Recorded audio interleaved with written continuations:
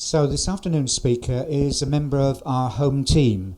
You may be well aware, as well as these public-facing events that we do in terms of seminars and courses and lectures, we have a series of research projects going on in the Faraday Institute, and over the next couple of terms we're going to be highlighting a few of those for you in our research seminars. And the first of those is this afternoon, Dr. Roger Abbott, a member of the home team. He's a senior research associate in natural disasters, and that project joint with the Faraday director, Bob White. Roger has carried out research projects in Haiti, in New Orleans, in the Philippines, and on the Somerset levels, studying people's responses to those natural disasters and how it's influenced their resilience and their faith. Roger has over 30 years of pastoral experience, gained a PhD in practical theology of disaster response from the University of Wales. He's taught on various courses in terms of trauma and runs pastoral care of trauma. He's a member of the British and Irish Association for Practical Theologians and of the Society for the Study of Theology. So you'll join me in welcoming our home team member, Dr. Roger Abbott, who's going to speak on the colour of disaster, New Orleans and Hurricane Katrina.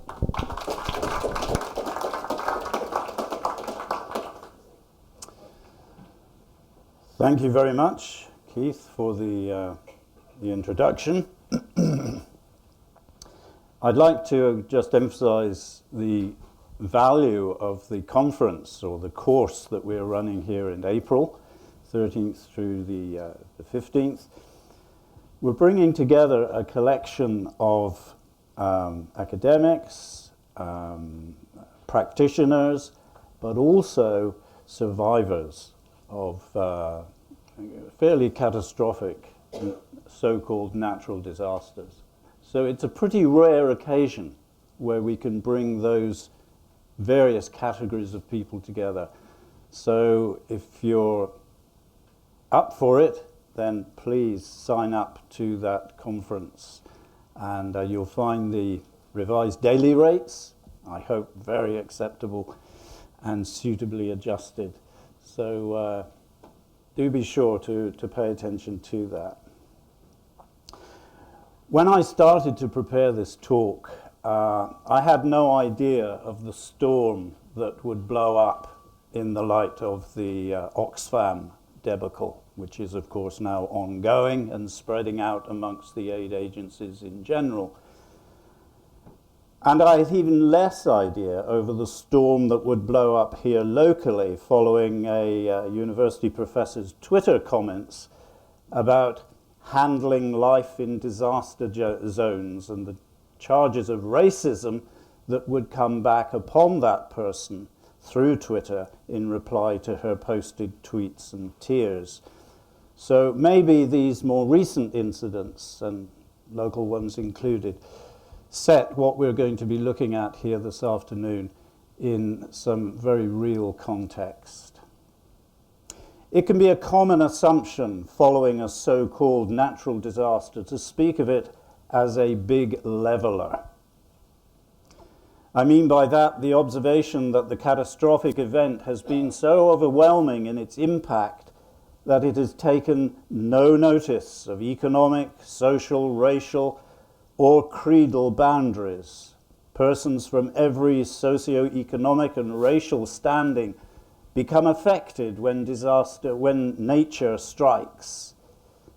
In the video short of our project in New Orleans, which is on the Faraday website, one of the persons that I interviewed, a pastor, for whose work in the community I must say I have the highest respect, and he makes this comment.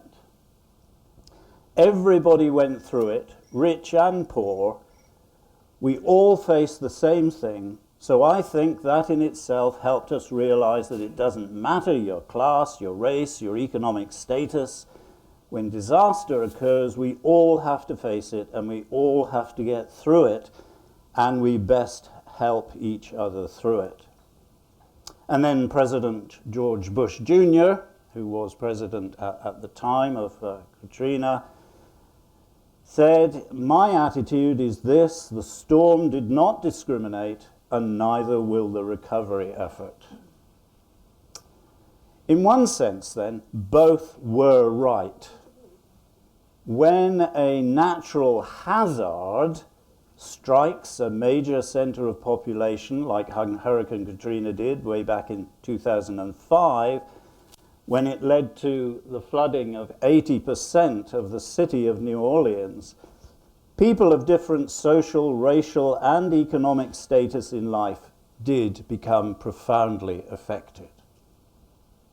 Having done the field work across a range of demographics, and having listened to their stories of evacuating or of remaining and experiencing the incoming terrifying tide of toxic floodwater, it's very clear to me that people of different socio-economic and racial status were badly affected. So in one sense, as I've said, the pastor and his president were both right, up to a point. So then, how is it that when I came away from 7 months of fieldwork in New Orleans, I felt ashamed to be white? And I felt a huge sense of respect for being black. I say this despite listening to a Black Panther, no less, tell me that up until Katrina, he had a deep hatred for white people, and that it was only when thousands of young white anarchists from all over the United States came to offer their assistance to the predominantly black and Native American communities that his hatred was turned to respect. I speak of feeling ashamed to be white, even though I've spent time living in a city that prides itself on being so multicultural, that has its fame from being accepting of such diversity of worldviews and lifestyles, of being the one place on earth where you can be just who you want to be, and no one will bat an eyelid. That's New Orleans.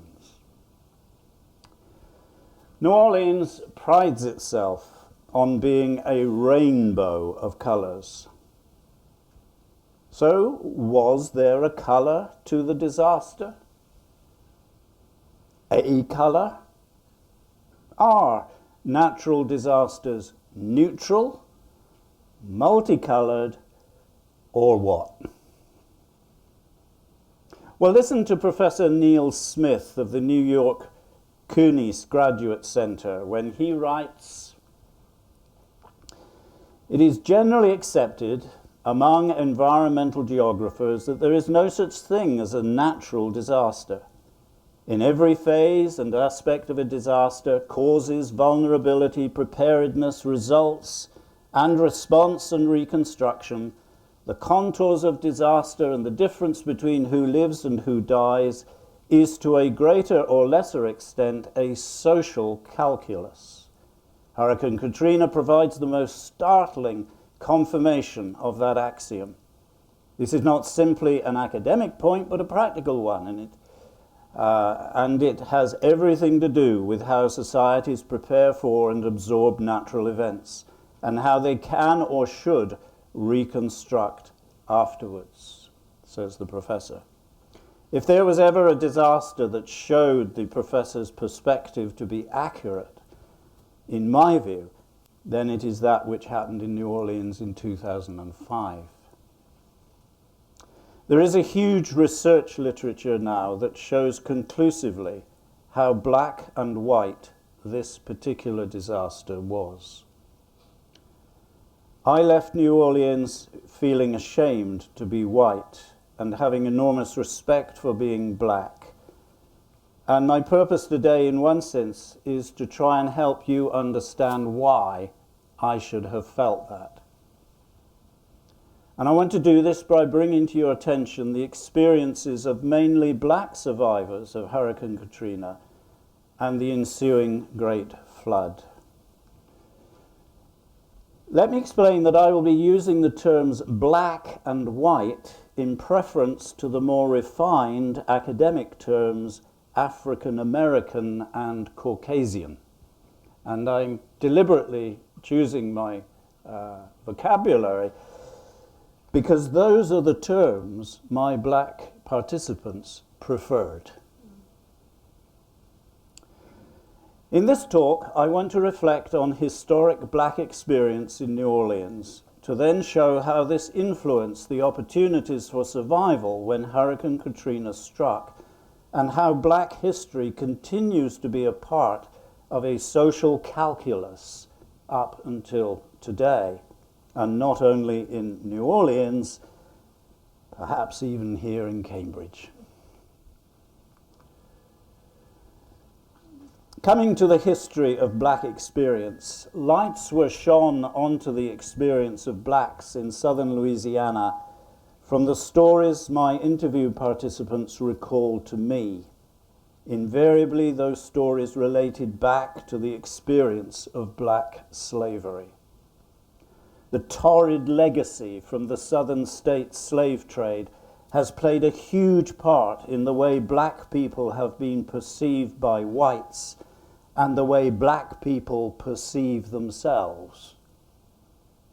And it has been the main social factor in creating the institutions and social infrastructures that have made black lives not matter as much as white lives, and has constructed the social history that leads to black lives not mattering as much as white lives in the aftermath of Katrina. You can't go to New Orleans without listening to jazz. It's the lifeblood of black culture, and indeed also of white culture in New Orleans.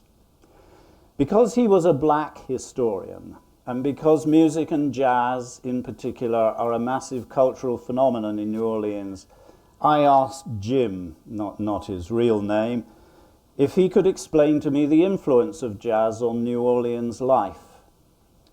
He told me that jazz has been an expression of the troubles black people experience in their lifetime, even before the jazz kings like Satchmo, Armstrong, and King. There were men and women who talked of their troubles. The blues genre was all about expressing the horrendous conditions black people had to endure while growing up in slavery.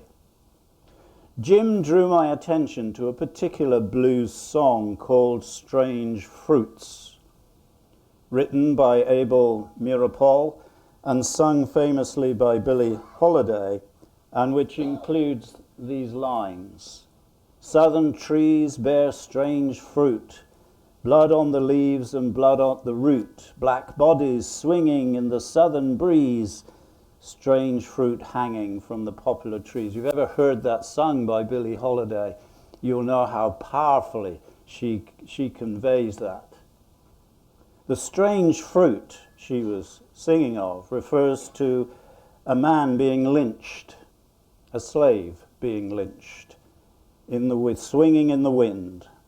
According to Jim, Holiday put these words together to, I quote him, "wake up the consciousness of other countries that do wrong to people." This same resident lamented the fact that such genres of music and song, constructed out of so much suffering, injustice, and all the evils of black slavery, often created with deep spiritual undertones, were now essentially commercial tokens entertaining the white tourists of New Orleans and the white populations of the world. Speaking from her experience as a white sociologist at the University of New Orleans, Dr. Pamela Jenkins told me in our interview, in her view, race is the subtext of the story in this city. And it's just everything. It's everywhere. She explained to me that to be white in New Orleans means something very different than it means to be white in other places. She elaborated. To be white here means you live off the culture. You live off the black culture. You live here for the food. You live here for the music. You live off the black culture. This is how I usually say it, is that you can dive and dive and dive, and you'll never hit the bottom of it. In short, what I'm saying is, so much of the historic cultural attraction of New Orleans for pre- and post-Katrina whites is down to the historic presence of the fascinating culture carved out by the enslaved blacks. As Michael Dyson has put it in his book, Come Hell or High Water, blacks, quote, served a ruling class and visiting tourists, but they were kept from the pleasures they helped to provide. So coming to slavery, to be honest, and there were a number of my participants who were old enough to remember the days of segregation. And if they were in that age group, then I would ask them to tell me, to share with me their experiences. And to be honest, some of my participants, the issue of racial prejudice and the oft accompanying poverty were non-issues. And this fascinated me, and I thought, well, why? Well, they said, because our parents helped us grow up and learn the rules of how to operate safely in this kind of environment. I found this very sad, but it was their way of surviving the white culture. This phenomenon of structured ambivalence had its roots deeply embedded within the slave era, which created a survivor psychology and a culture of non-negotiable, self-identifying acceptance of one's place in society.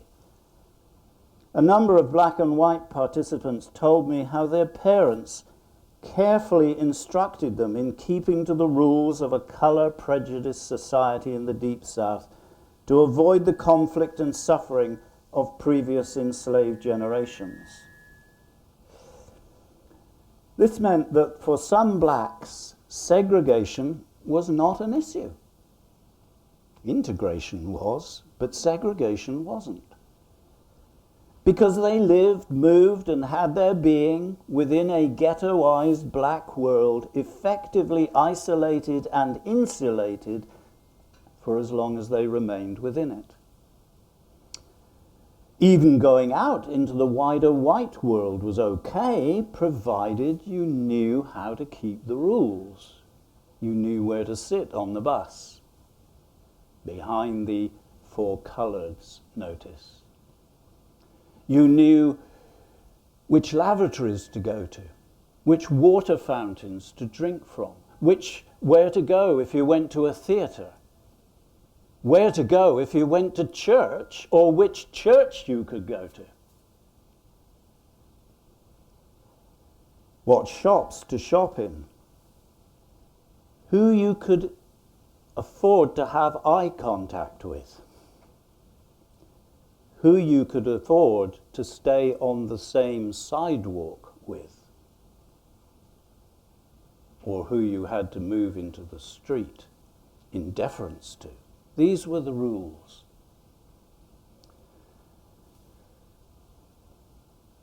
These blacks did not consider whites to be superior, just ignorant, and for that reason, dangerous. And that is why they needed to learn the rules for their safety and for their survival. Because of the power of white privilege. But there were social mores to adhere to avoid meeting whites and to avoid conflict with them.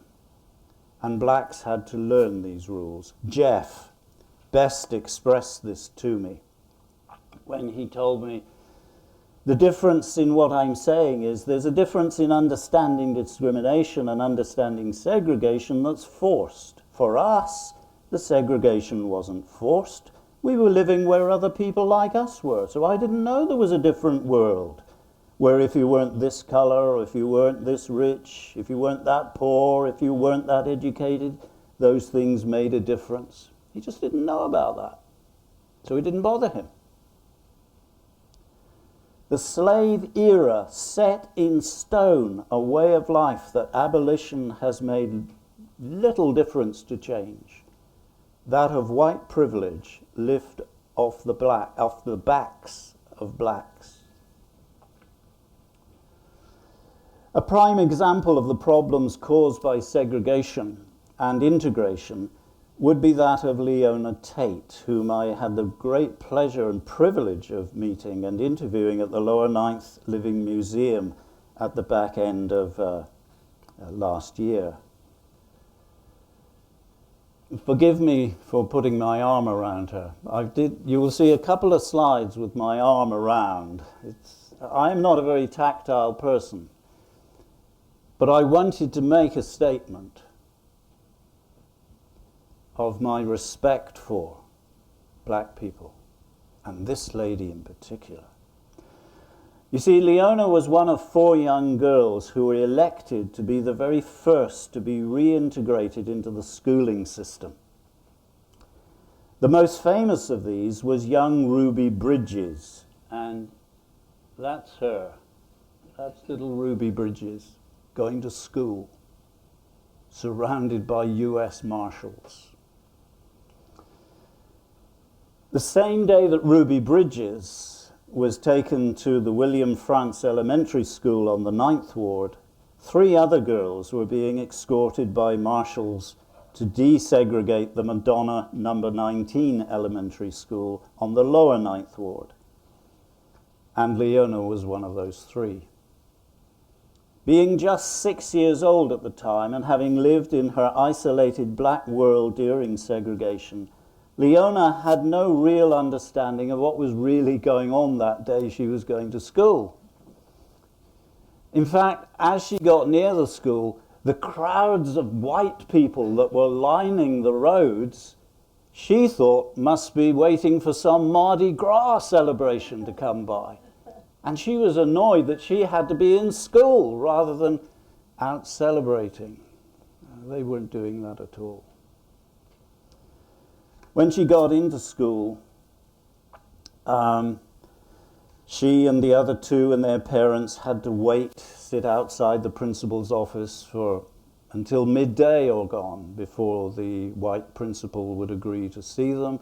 She eventually put them into their classrooms, entirely on their own. From the beginning of that day to the end of the day, white parents were coming to take their children out of the school. By the end of that day, those 3 black children and 2 white boys in another part of the school were the only children left in the school. About a week later, the 2 white boys had gone as well. Their play area was an area underneath the internal staircase. The windows were covered in paper, so ostensibly, so the white parents couldn't see the black children inside. Of course, it worked the other way round as well.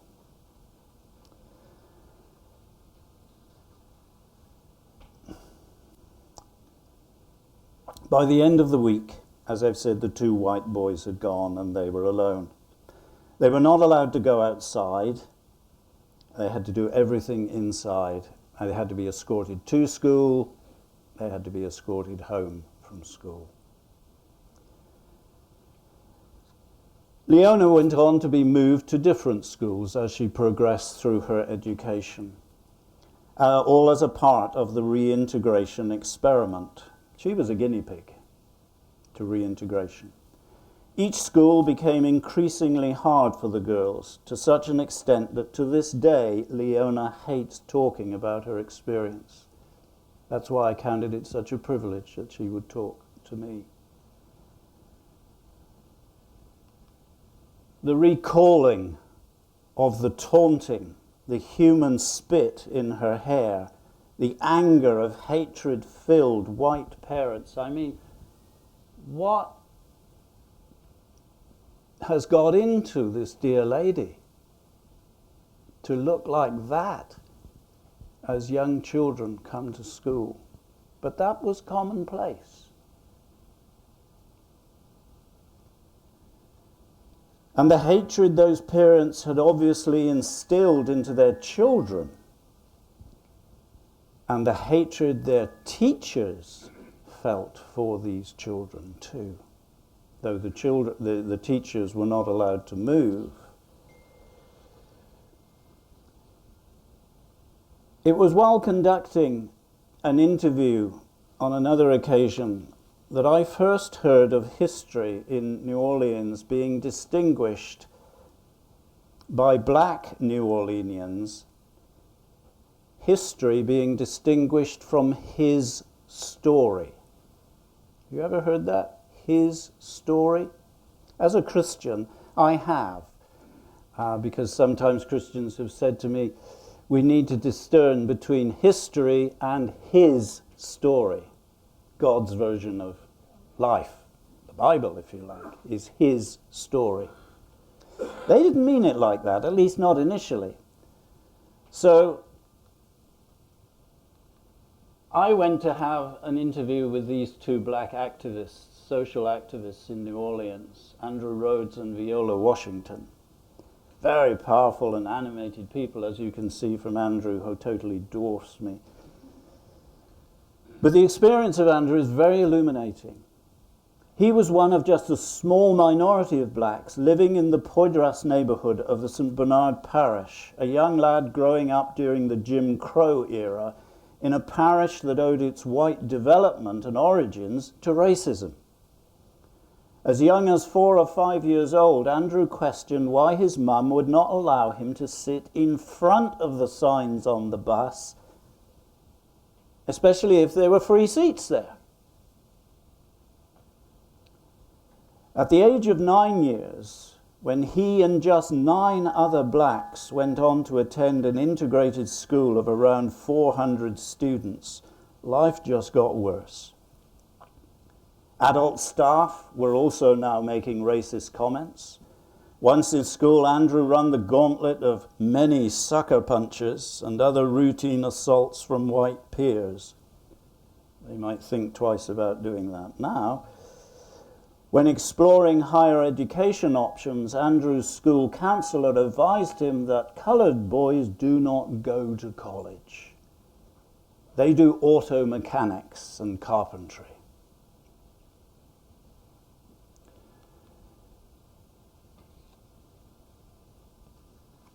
Education then, as a system, was a blatantly racial issue, affecting both access to and quality of education. And from there on, of course, quality of employment, economic status, healthcare, and longevity of life. For white students, they got well-constructed, purpose-built premises with quality-constructed desks and chairs and learning materials. The blacks did not have that privilege. They got church pews to sit on, no desks, and hand-me-down materials. Books with other children's names written in, white children.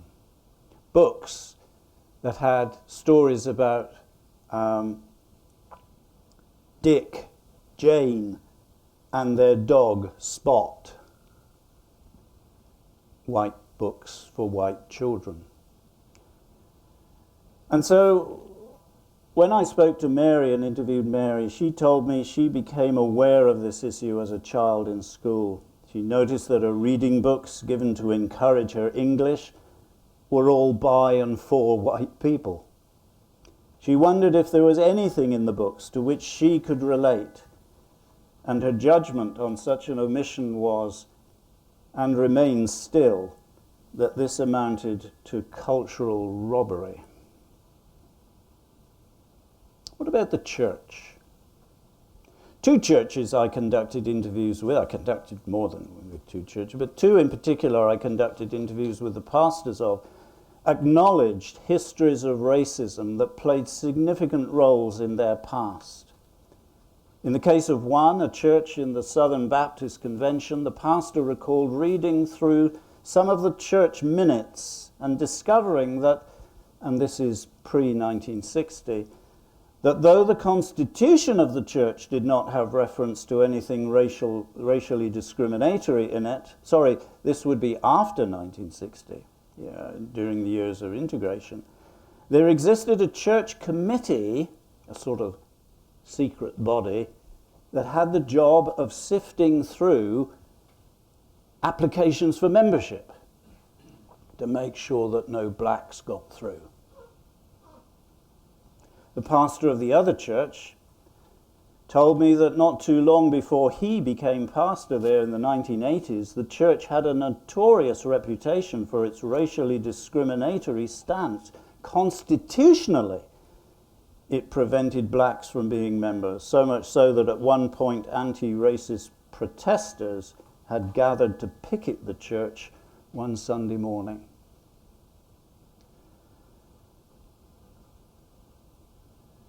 I asked Alan if he thought the churches on the lower Ninth Ward had a good influence in the neighbourhoods during the civil rights era. He said that different churches and different people had different ideas. Certainly he believed during the 1960s and 70s the churches were moving in different directions from each other regarding civil rights. He felt a big disappointment that the churches did not become more involved in the civil rights movement. He lamented with some passion that the churches he knew of spent so much time preaching sin, hell, and damnation when there were such flagrant social justice issues affecting so many black Americans that the churches were silent on. Sadly for me, though Andrew and Viola both placed the greater emphasis on the his, on white humans, when it came to history, they nevertheless felt some blame should be placed on the his, namely God, the perspective of the Bible, which in their view was dominated by a white perspective. Given the historic dominance of white theology throughout the United States, I had to sympathize with them and to feel the shame of my whiteness on the social, cultural, and spiritual repression it has played in the history of black people in New Orleans. So how is black history affecting recovery from the storm? Dr. Pamela Jenkins cited the anthropologist Anthony Oliver Smith's claim that the first thing to come back after a storm is racism. The prime example of that, in Jenkins' view, and in view of my interviews, my own view, was the federal government's Road Home program. This was a federalized program that was meant to help survivors, both financially and logistically. The way it was implemented by the state of Louisiana was tortuous, to say the best about it. The state of Louisiana's way of implementing the federal relief program left people feeling that Katrina was the new slavery. That's the term that they coined. James Perry, for instance, of the Greater New Orleans Fair Housing Action Center, certainly thought this. His organization spearheaded a federal lawsuit alleging racial discrimination in the state's Road Home program. Perry also concluded that there still exists in New Orleans, I quote, a divide in settlement patterns between black families and white families. Not long before the Road Home program was implemented, black history from enslavement and white privilege had already played key roles in the social calculus of who would be most likely to remain in New Orleans as the floodwaters poured in and who would get out. Those who remained would, generally speaking, be those with no cars, those with no cash or credit cards to fuel cars even if they did have them. It would be the disabled with physical or mental health issues. It would be the poor elderly. And it would be those young people, like Jeff, whom I quoted earlier, who would not leave their elderly extended family members. It would, therefore, be mainly the blacks. Katrina created the circumstances in which the black community could be enslaved and oppressed once again. Jenkins saw enslavement demonstrated most in the events that occurred immediately after the storm, namely the Road Home program, the tearing down of public housing, the projects, the closing of Charity Hospital, huge hospital in New Orleans, which gave free health care to those on benefits. The firing of 6,000 experienced black teachers, and then in the 10-year commemorative events, which I had the privilege of attending when I first went there in August 2015. All of these were clear indicators of the new black slavery. Post-Katrina education is also another sign. In the years prior to Katrina, there were already moves to change the education system of New Orleans through the closure of neighborhood schools in favor of the development of charter schools. Katrina provided the excuse for expediting this policy, and that's why they immediately fired 6,000 experienced teachers. Black teachers, in the main. Ostensibly, this was justified as a move to improve education for children across the social spectrum. Though they resented this policy, the two black educationalists I interviewed, co-principals of a school on the lower Ninth Ward, agreed to their school becoming a charter school because they knew that was the only way they could get a school. And they wanted it up and running as soon as possible to encourage the black residents to feel they could come home. There was something to come home to. But what an ordeal they had to go through in order to get the school up and running. They found that becoming a charter school meant that was the end of neighborhood schooling. So key was that neighborhood schooling to the poorer areas.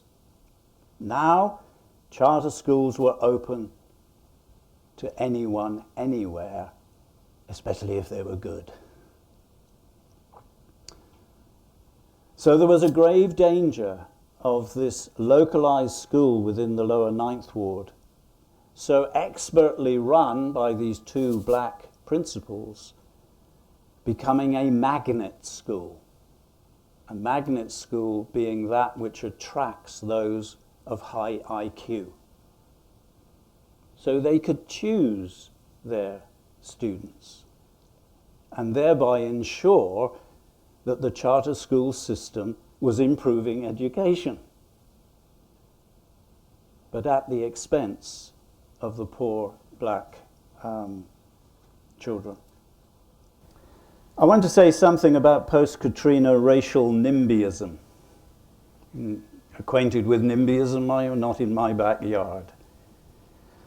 An attitude to immigration, and an attitude to housing, and an attitude to race. The history of race, undoubtedly, in my view, provided for what happened in the aftermath of Katrina regarding racial segregation in the Chalmette district of the St. Bernard parish. Chalmette is a section of the larger St. Bernard parish, a parish that owes its formation to the white flight from the city of New Orleans era during the integration. When integration came in, more black people came to live amongst the whites. And so the whites moved out. And one of the areas they went to was Chalmette. And they did everything they could to make sure it stayed white.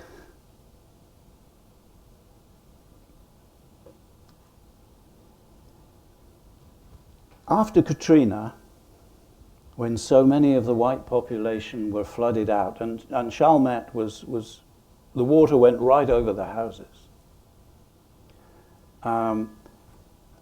In order to ensure that Chalmette returned as predominantly a white neighborhood, some local people or local authorities, councillors, tried to bring in what's called the blood relative ordinance. And that is what it said. No person or entity shall rent, lease, loan, otherwise allow occupancy or use of any single family residence located in an R1 zone by any person or group of persons. I mean, you can tell a solicitor wrote this, can't you? But that's what it said. The ordinance was contested in court by the New Orleans Fair Housing Action Center, which argued that the council's enactment of the ordinance was racially motivated, since the parish population prior to Katrina had been 67,000 and 90% white in ethnicity. Also, white residents own 93% of the owner-occupied houses in the parish. Discriminatory intent was the key issue for the courts to decide, and they decided in favor of the complainant. As Rodriguez, Dodd, and Dewhart summarized in their research, not only did the St. Bernard Parish Ordinance disproportionately limit the rental access of minorities, but the stated reason for the ordinance was to preserve the integrity of the community, which was predominantly white. There's much more I could say on that, but time precludes me. I just want to come now finally to some conclusions. What is there to conclude from this very cursory view of the impact of black experience in New Orleans around the devastating storm that was associated with Hurricane Katrina? For practicing Christians, such as myself at least, issues of racial discrimination are a real challenge to be faced today, and not just in New Orleans. Such issues as Katrina exposed run counter to the heart of the Christian gospel and the practice that gospel exhorts. If there is anywhere on this earth where a community of colors should be exhibited, then it should be in our church communities, more than anywhere else. It should not only be great food or Harrah's casinos or Bourbon Street's Decadence Week that should attract racial integration and harmony. And those are the things, quite frankly, that attract white tourists most of all to New Orleans.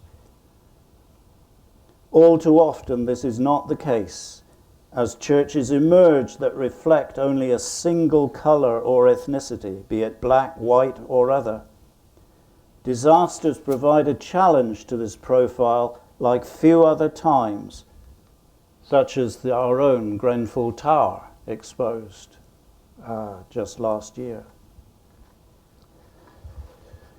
And then there is the issue of systemic and structural racism, and it's important to understand the difference between this, lest there be misunderstanding. There is a need to distinguish between understanding racism as individual psychology and as a social structural phenomenon. Katrina very probably exposed a little of the former, but certainly a lot of the latter. My research assistant that I hired in New Orleans, a white Mississippian PhD student, told me he thought the issue of racism was a matter of what is in people's minds, and that in his view, blacks today in the United States have equal access and opportunity as whites for progressing in life.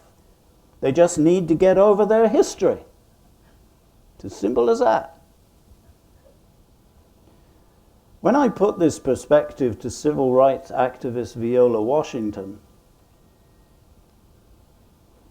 and it took some courage for me to put it to her, knowing the kind of lady that she is, she answered, I would say, get over it. You know they've always said that to us. Get over it. But once you stop doing it, then you can ask me to get over it. But as long as you're continuing to put the pressure on me by hiding it and institutionalizing and all these things, I cannot get over it.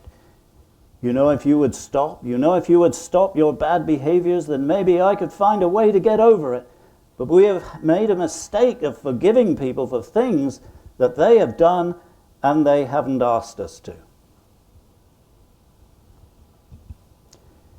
In their analytical compilation, Belkier and Charlemagne, editors of the Race, Gender and Class Journal, assert that Hurricane Katrina is America's steamship Titanic.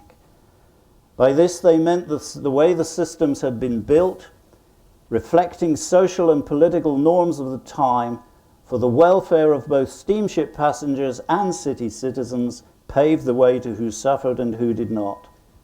These authors also argued that although overt or even conscious racial prejudice in the public sphere is no longer a significant social problem, racial discrimination takes place not merely through intentional, though perhaps unself-conscious, interactions between individuals, but also as a result of deep social and institutional practices and habits. That is, historical patterns of race-based exclusion do not disappear in lockstep with the diminishment of the prejudices that underpinned the original race-based exclusion. Thus, for many blacks, racial problems live on, carrying the legacy of past eras of overt racism. Coming finally, in conclusion, to the criminalization of blacks. And this is where we come very close to life here in Great Britain today as well. Katrina exposed the criminalization of New Orleans. One of the very first, and this is how it was put, beneficial provisions for New Orleanians that came in almost immediately after Katrina was, do you know what it was? The Louisiana corrections industry, which wanted to make sure that its prisons were open to receive black rapists, thugs, shooters, and all the other mythological terms that were loaded onto the black people who remained in New Orleans. And so in the wake of Hurricane Katrina, many blacks were shunted off to prison to make sure that they didn't provide an embarrassment for the revival of white tourism. The infamous Louisiana corrections industry, or the prison industrial complex, as the Black Panthers referred to it, was open for business as a priority after the storm, way before any state relief was open for business. For not leaving the city before the storm like they had been instructed to do, or as one of my white interviewees said, anyone with a half brain should have done, survivors, mainly black and poor, were demonized as rapists, looters, and thugs, warranting military control or imprisonment. And they got both.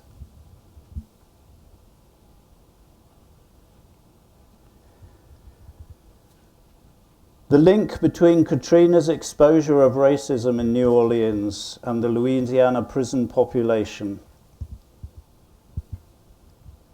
is an outrageous one. Louisiana has the highest incarcerated population in the United States. The United States has the highest incarcerated population in the world. And the highest percentage of people that makes up that incarcerated population are blacks. Young blacks. Disenfranchised from the education system, disenfranchised from white privilege. That's why I felt ashamed to be white. And I do have respect for being black.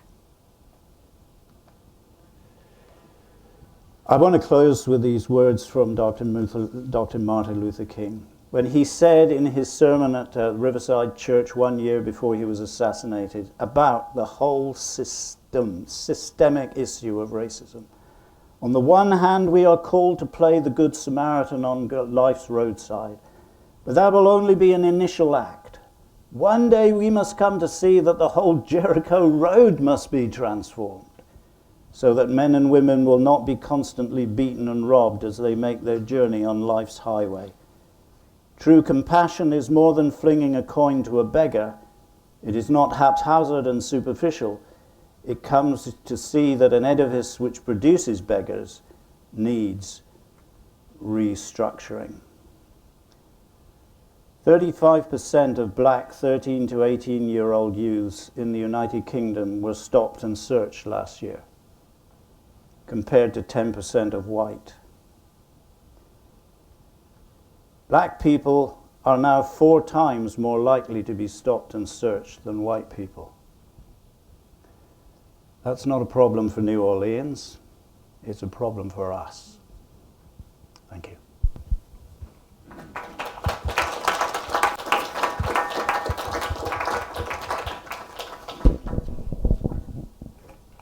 After all, that hardly seems fitting to just say thank you, does it? We have a few moments for questions and then we'll stop, and then there's time for some discussion later. Who would like to kick off any questions?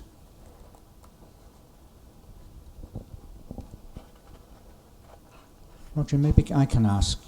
In terms of resilience against the disaster itself, in terms of maybe people's own personal faith experience, did the fact that maybe the black community was so oppressed actually make them more resilient against that?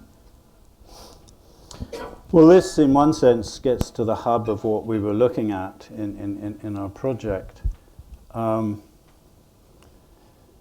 In terms of the narratives we've received back, or we gained through interviews, it would be wrong for me to say that white people were less helped or less resilient or less committed to faith. We didn't go to New Orleans looking for Christians, but most of the people we found were self-identifying in some way or other. And every single one of them, to varying degrees, acknowledged the value that they found their faith to be.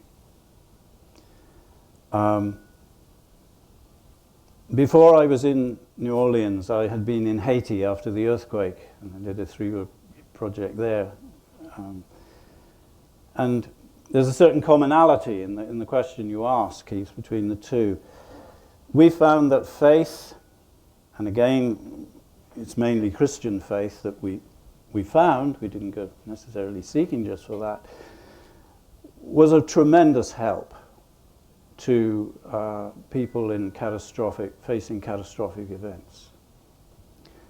And the reason it was such a help, I mean, there are many reasons, but one of the principal reasons was because God was a rock. And in hurricanes, rocks mean a lot. And in earthquakes, actually, rocks mean a lot, although rocks move.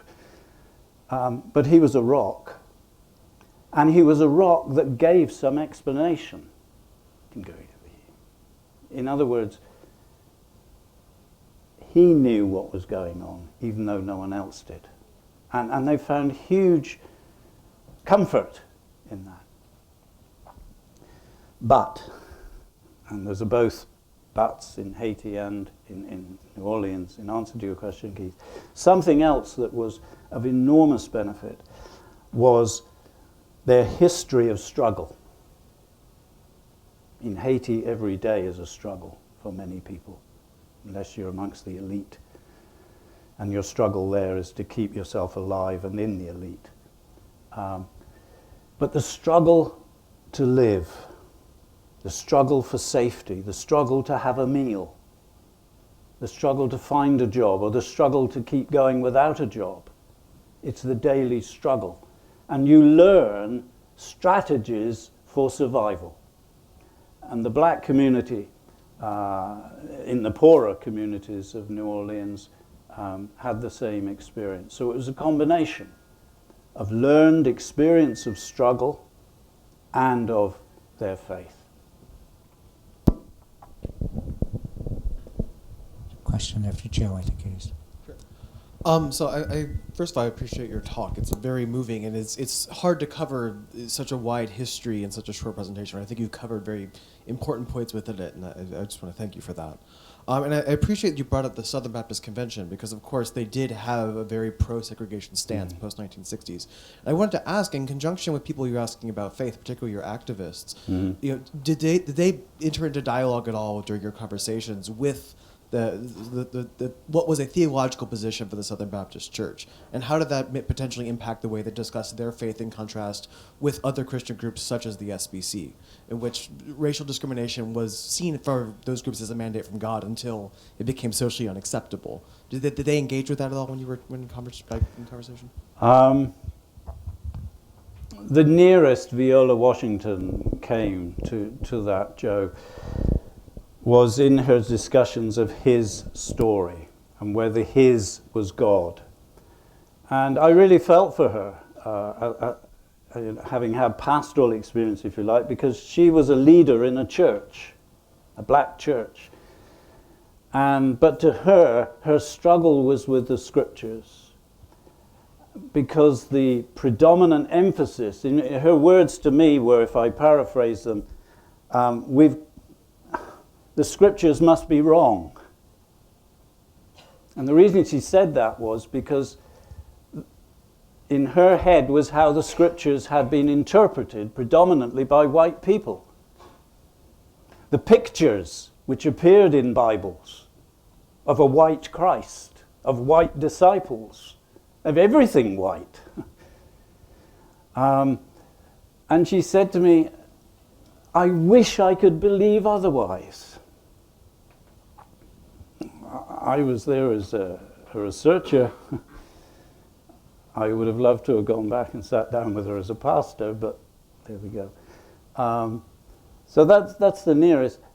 I was accommodated, and I speak highly. I was accommodated in New Orleans by the New Orleans Baptist Theological Seminary, which is perhaps the foremost in terms of academic integrity, the foremost of the Southern Baptist institutions, and has a high academic record throughout the United States. But it's almost entirely white. I mean, don't get me wrong, they had a huge devastation during the flood, and they coped with it with great integrity. But I asked, I'm not sure, I did interview the president, or I'm not sure if it was him or someone. I said to them, I observe there are not many black people in your seminary, and I don't think I've seen a black staff member. What blacks were there were ancillary staff, cleaners, cooks, the sort of things blacks do. And they looked at me, or he looked at me a little sheepishly and said, yeah, it's the way it is. So they do have a legacy that they know and are genuinely seeking to overcome. The Southern Baptists have moved, and if the Baptist Seminary is an indicator of that movement, then the movement is quite encouraging, but it's certainly not there yet. Thank you. I think our time is up, so we'll take a break there. Can you join me in thanking Roger for making us think this afternoon and challenging us? Thank you, Roger.